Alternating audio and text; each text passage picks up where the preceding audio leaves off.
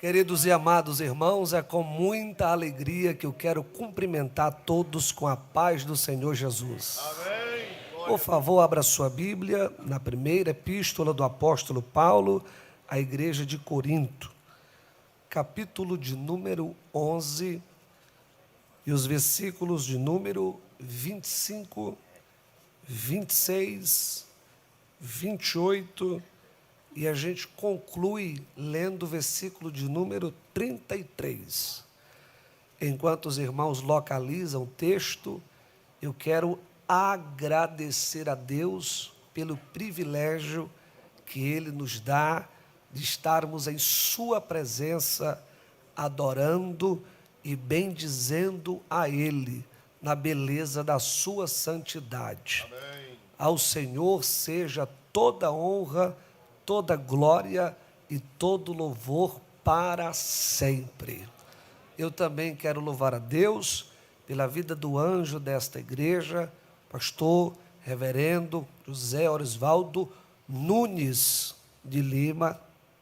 Glória a Deus, que nos recebe com muita alegria aqui nessa casa, e trazer ao amado pastor e toda a igreja um abraço fraterno da nossa igreja e convenção no estado do Ceará, e só quem recebe esse abraço diga amém. Amém. Cumprimentando o pastor presidente, eu quero cumprimentar todos os queridos pastores e companheiros de ministério que estão na minha retaguarda e dizer do respeito que eu tenho a todos os meus irmãos, e na mesma toada eu quero rogar aos meus irmãos para que clamem ao Senhor, para que Ele me ajude essa noite a falar a sua palavra, e abra a porta da palavra e fale conosco de modo sobrenatural. Amém, meus irmãos? 1 Coríntios, capítulo de número 11, versículo de número 25, diz assim a palavra do Senhor: semelhantemente também, depois de cear, tomou o cálice, dizendo: este cálice é o Novo Testamento no meu sangue. Fazei isto todas as vezes que beberdes. Repita bem alto: em memória de mim. Em memória de mim. Versículo de número 26. Porque todas as vezes que comerdes este pão e beberdes este cálice, anunciais a morte do Senhor. Repita mais alto ainda: até que venha. Até que venha. Versículo de número 28, diz assim a palavra de Deus: examine-se, pois, o homem a si mesmo, e assim coma deste pão e beba deste cálice. Para a gente concluir no versículo de número 33. Portanto, meus irmãos, quando vos ajuntais para comer, repita bem alto: esperai uns pelos outros. Esperai uns pelos outros. Se não atrapalhar o seu culto, antes de você sentar para ouvir a palavra de Deus, dê um sorriso 9h15 para essa pessoa que está do seu lado hoje à noite. Como é que é o sorriso 9h15? É de orelha a orelha. E só para não perder o costume, diga assim: é um privilégio para você estar sentado do meu lado hoje à noite. Com muita humildade no coração, sente glorificando aquele que vive e reina para todo sempre.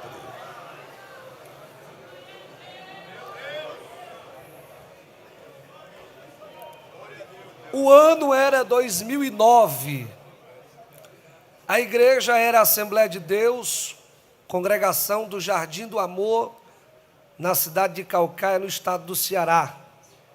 Eu tinha 15 anos de idade e, como sempre, fui um aluno assíduo da Escola Bíblica Dominical. No dia 5 de abril, nós recebemos a revista da Escola Bíblica Dominical, do segundo semestre, que desta feita estava sendo comentada de saudosa memória, querido pastor Antônio Gilberto. Quando eu abri aquela revista e vi logo embaixo ali, em uma das suas epígrafes, a seguinte frase: Igreja de Corinto, fervorosa, mas não espiritual.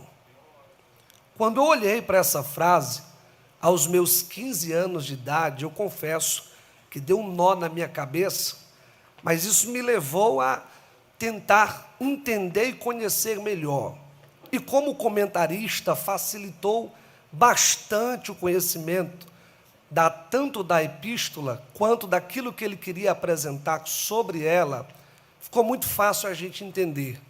Quando no capítulo de número 1, lá pelo versículo de número 7, o apóstolo Paulo aponta e diz que aquela igreja era uma igreja que tinha dons espirituais. Os irmãos tinham dons espirituais. Os irmãos tinham dons espirituais. Contudo, no capítulo 3, no capítulo de número 5, no capítulo de número 7, o apóstolo Paulo vai fazer algumas considerações sobre a espiritualidade e sobre o comportamento da igreja de Corinto. E em alguns momentos, ele chama aqueles irmãos de meninos. Em alguns momentos, ele chama aqueles irmãos de imaturos. E ao longo da sua carta, nós vamos percebendo exatamente isso, entendendo essa diferença do fervor e a espiritualidade. Uma igreja fervorosa, mas que não discernia nada com uma visão espiritual. Porque enquanto do lado de fora a igreja exercia bem o seu ministério através dos dons espirituais, aqui, do lado de dentro do coração de alguns irmãos, não havia mais respeito pelo outro, consideração pelo outro, amor ao outro, consideração ao seu semelhante. Faltava isso na igreja de Corinto, que eles ainda não haviam compreendido. Ora, quando o apóstolo Paulo chama-os para dialogar e para ensinar-lhes a respeito da ceia do Senhor, ele não queria só dizer como seria a liturgia. Ele quis chamar os irmãos para a reflexão sobre o verdadeiro significado da ceia do Senhor. Porque na igreja de Corinto, muitos dos irmãos sabiam que a Santa Ceia tinha o seu dia determinado e que a igreja tinha que participar da ceia após o batismo nas águas. Na igreja de Corinto, os irmãos sabiam dessa necessidade, mas eles faziam sem discernir, eles faziam sem espiritualidade. E a Santa Ceia, sem espiritualidade, ela passa a ser uma cerimônia qualquer. O que traz um verdadeiro significado à Santa Ceia não é simplesmente comer um pedacinho de pão hoje à noite aqui e tomar do cálice. É, antes de tudo, raciocinar, refletir e extrair as lições e o verdadeiro significado da ceia do Senhor. Dentre tantas visões e dentre tantos olhares que o apóstolo Paulo chama os irmãos de Corinto, eu queria destacar com os irmãos apenas 4 e já retorno o microfone. Eu quero começar, primeiro olhar, com o versículo de número 33. Os irmãos leram bem alto o final, que dizia: esperais uns pelos outros. Portanto, meus irmãos, quando vos ajuntais para comer, esperais uns pelos outros. Não é preciso aqui pensar muito para entender que esperar está ligado, está direcionado à importância. Você não espera simplesmente porque quer esperar. Você espera porque aquilo que você está esperando tem um certo significado e uma certa importância para você. Quando o apóstolo Paulo diz, esperai, ele está dizendo, se importe com quem também vai participar da ceia do Senhor com você. Se importe com quem também faz parte da sua ceia. Se importe com quem está do seu lado. Se importe com quem está cultuando com você. É verdade que nós vivemos em uma sociedade tomada pelo individualismo. É como diz lá fora mesmo, é cada um por si e Deus por todos. Mas aqui na Santa Ceia não é assim. Na Santa Ceia nós precisamos entender que fazemos parte do mesmo corpo, servindo ao mesmo Deus e vamos morar no mesmo céu. É preciso voltar à reflexão e se importar e esperar e dar atenção ao seu semelhante. É comum ver em alguns lugares algumas pessoas que vêm ao culto do Senhor, sentam numa cadeira, sentam num banco como esse, glorificam, leem a palavra, cantam, mas por vezes sequer conseguem dar um sorriso ou cumprimentar a pessoa que está do lado. Sequer consegue dizer: meu irmão, você está bem, meu irmão, você está precisando de algo, meu irmão, estamos aqui para servirmos uns aos outros. Sequer deseja se importar com quem está do seu lado. Mas eu vim essa noite dizer que o apóstolo Paulo nos convida, antes de comer do pão e antes de tomar do cálice, se importar com quem está do nosso lado. Se importar com quem sentou do nosso lado, olhar para quem sentou do nosso lado, se importar com o nosso irmão. É o primeiro olhar, o olhar ao redor, se importar com quem está do seu lado. O segundo que eu queria destacar é o do versículo de número 28, quando ele diz: examine-se. Quando ele convida ao autoexame, ele está convidando a um mergulho dentro de você, dentro de si.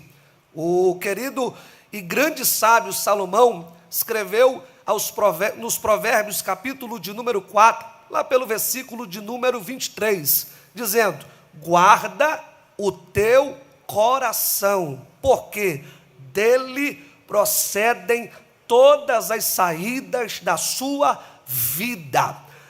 O ato de guardar está relacionado diretamente à possibilidade de perder.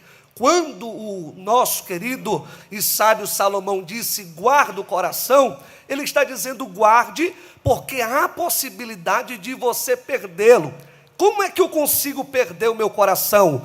Quando as saídas da minha vida já estão vivendo de forma desordenada. Quando a minha conduta, quando a minha fala, quando o meu pensamento, como o meu relacionamento com os irmãos já não coadunam com a palavra de Deus, isso é o primeiro sinal de que o meu coração, de que o meu mundo interno já está para lá do que perdido. Mas na Santa Ceia é um dos cultos que, antes de comer do pão e tomar do cálice, nós precisamos trazermos a reflexão e mergulhar dentro do nosso coração e fazer como o salmista: ó minha alma, por que tu te abates dentro de mim?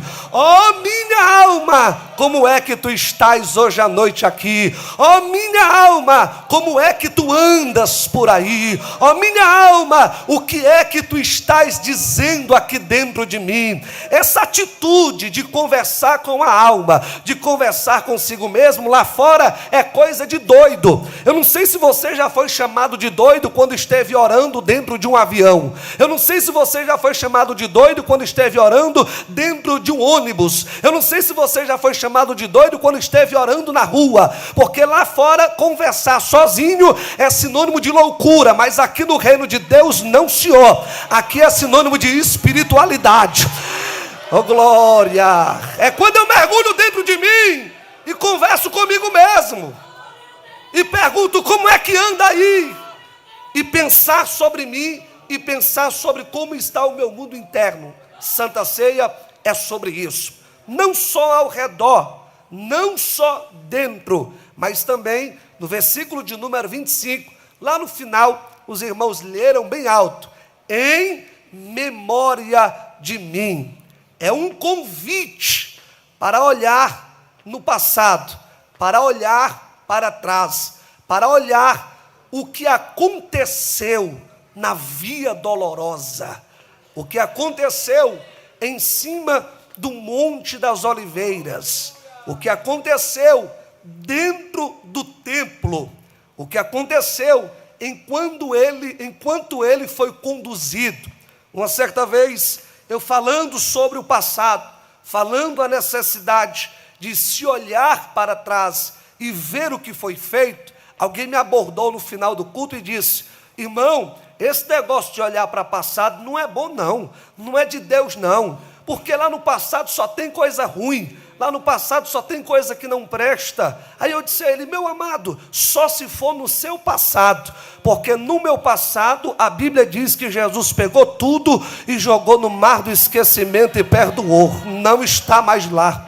A única coisa que está no meu passado é o sacrifício vicário de Cristo na cruz do Calvário.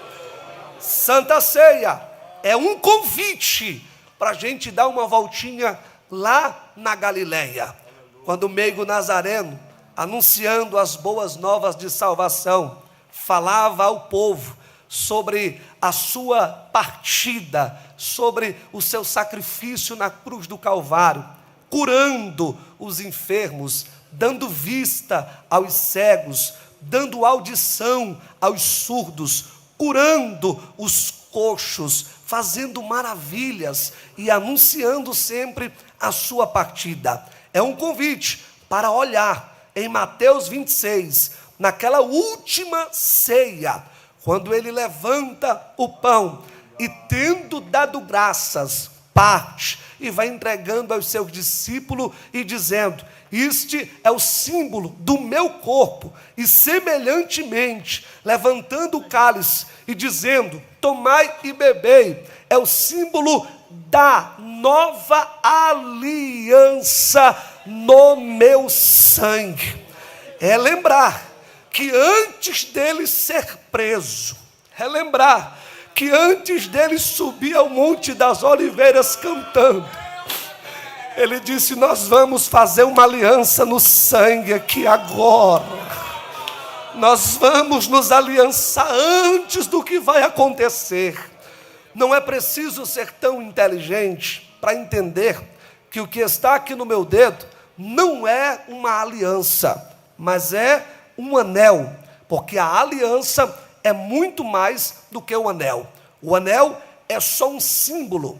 Quando Jesus diz: tomai e bebei, é o símbolo da nova aliança, ele estava dizendo exatamente assim: a partir de agora, nós não somos mais dois, porque a aliança tem esse poder de transformar dois em um. A partir de agora, nós não somos mais dois, mas a partir de agora, nós somos um. Todavia, se somos um, se eu subir ao Monte das Oliveiras, vocês sobem comigo também. Se eu for preso lá no monte, vocês também serão presos comigo também.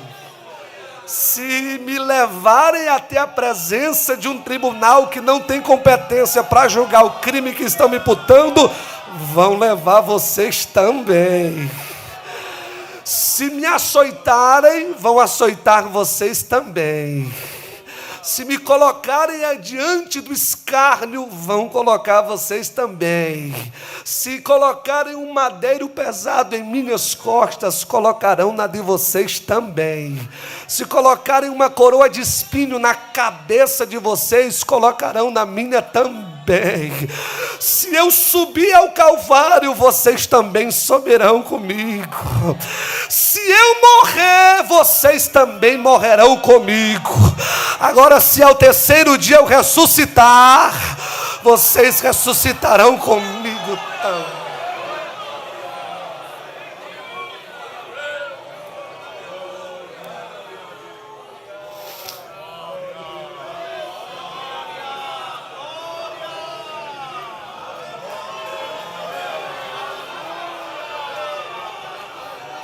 Santa Ceia é um dos cultos para a gente parar, refletir, raciocinar, olhando para o passado, que a igreja brasileira não está sozinha.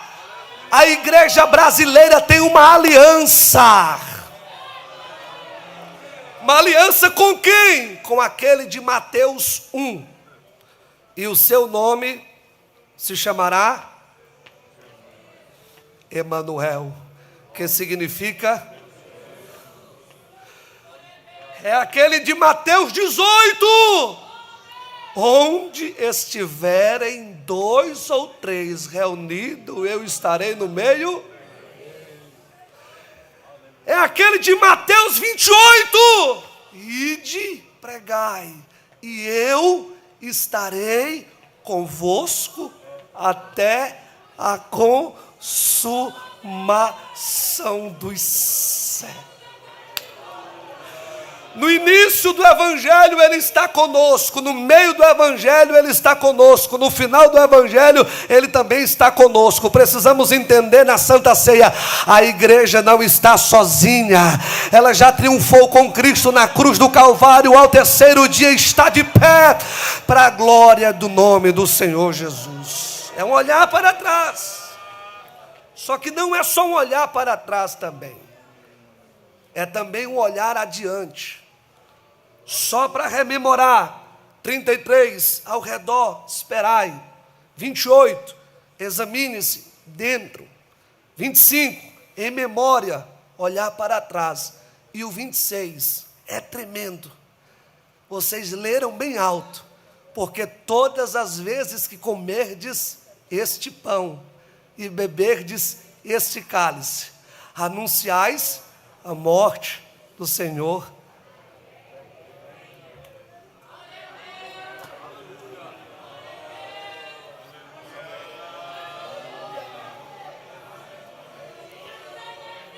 Glória. A igreja do Senhor tem uma promessa. Quando o Senhor falava sobre a sua morte e sobre a sua vinda, os discípulos ficaram sem entender. Quando inicia o capítulo de número 24 do Evangelho que Mateus escreveu, depois do que aconteceu no capítulo 23, dentro do templo, Jesus diz: não ficará pedra sobre pedra que não seja derribada. Isso deu um nó na cabeça dos discípulos, mas mesmo sem entender bem, eles continuaram caminhando rumo ao Monte das Oliveiras. No cume do monte, eles chamaram o mestre para a conversa e fizeram ao mestre 3 perguntas. Quantas perguntas?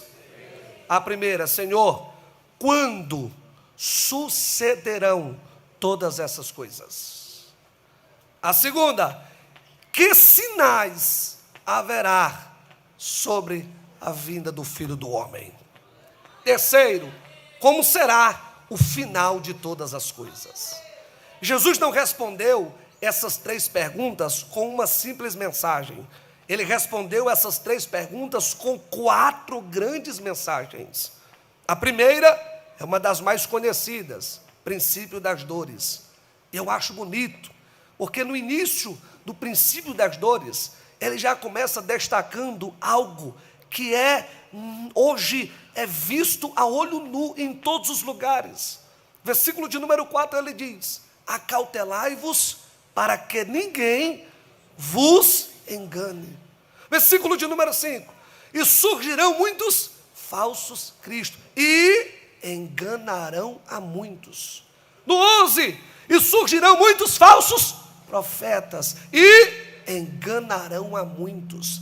Em uma mesma mensagem, Jesus repete a mesma palavra 3 vezes. Engano no versículo 4, engano no versículo 5 e engano no versículo de número 11. Era como se ele estivesse chamando a atenção para os discípulos e dizendo assim: ei, olhem para isso, fiquem atentos nisso. Por quê? Porque esse período será marcado pelo engano. Engano em todas as esferas da sociedade. Mas eu poderia destacar um que o apóstolo Paulo destacou e escreveu na sua última carta, endereçada a Timóteo, no último capítulo, dizendo a Timóteo: permanece naquilo que tu aprendeu, porque nos últimos dias doutores amontoarão para si comichões nos ouvidos e vão vomitar doutrinas conforme as suas próprias concupiscências. Mas tu permanece e não entre pelo engano, porque esse será um período marcado pelo engano.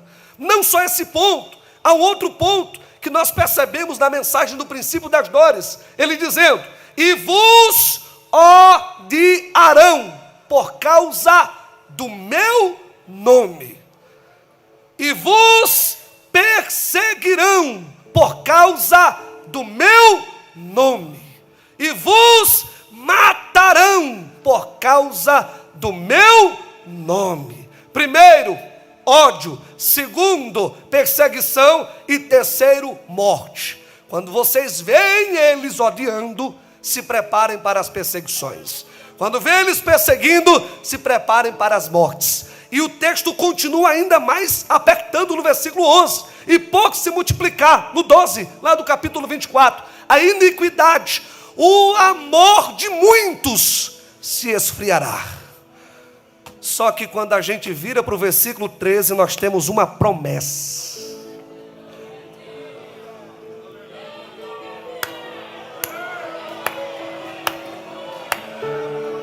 Mas aquele ou aquela que perseverar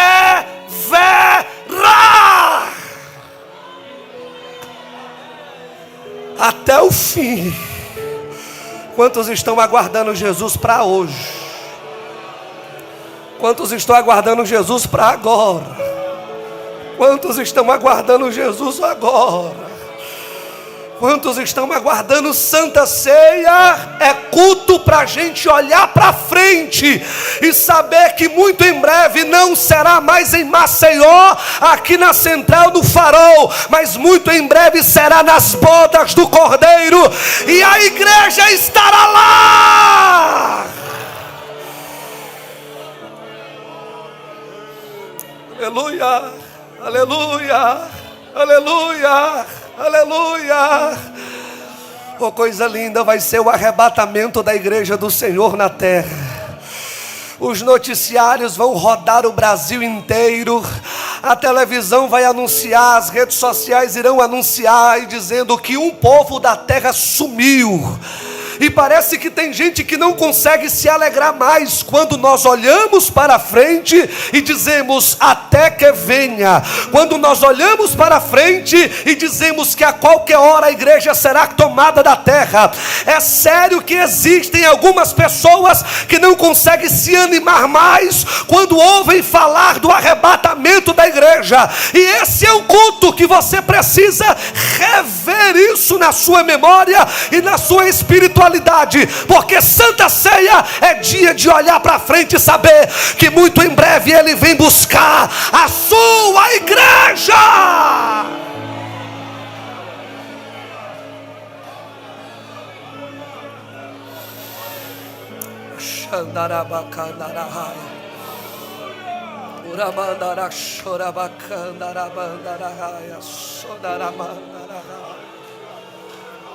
Sentindo a presença do Espírito Santo. Se você puder, em um minuto, adore ao Senhor aqui.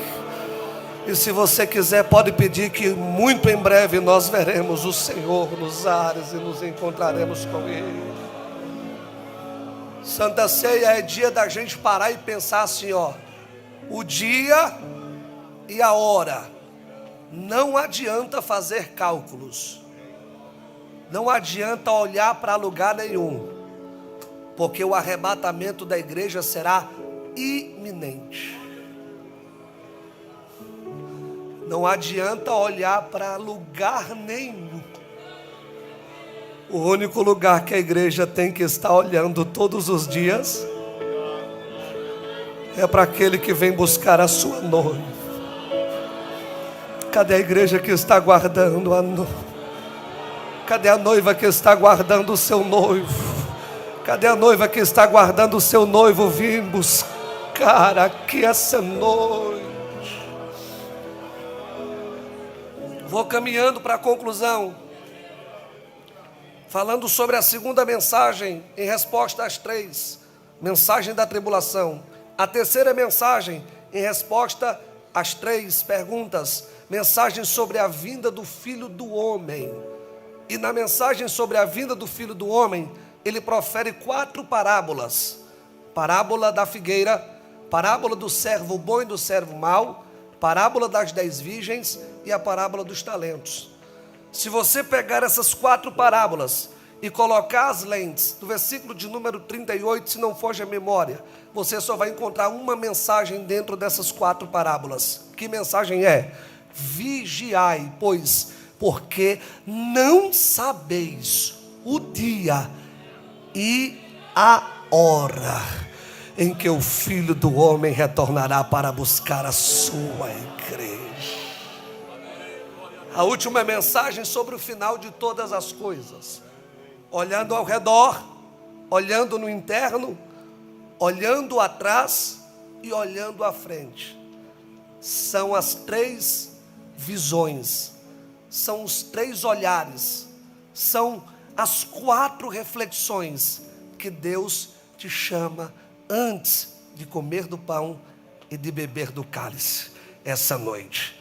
Eu concluo essa mensagem falando sobre a primeira carta do apóstolo Paulo aos irmãos que estavam em Tessalônica, no capítulo de número 4, no versículo de número 14, versículo de número 15 e versículo de número 16. E eu queria que os irmãos lessem bem alto esses 4 versículos, enquanto o nosso irmão já prepara ali para a gente concluir essa mensagem no 3. Toda a igreja lendo bem alto. 1, 2, 3. Porque se cremos que o Senhor ressuscitou, assim também os que creem.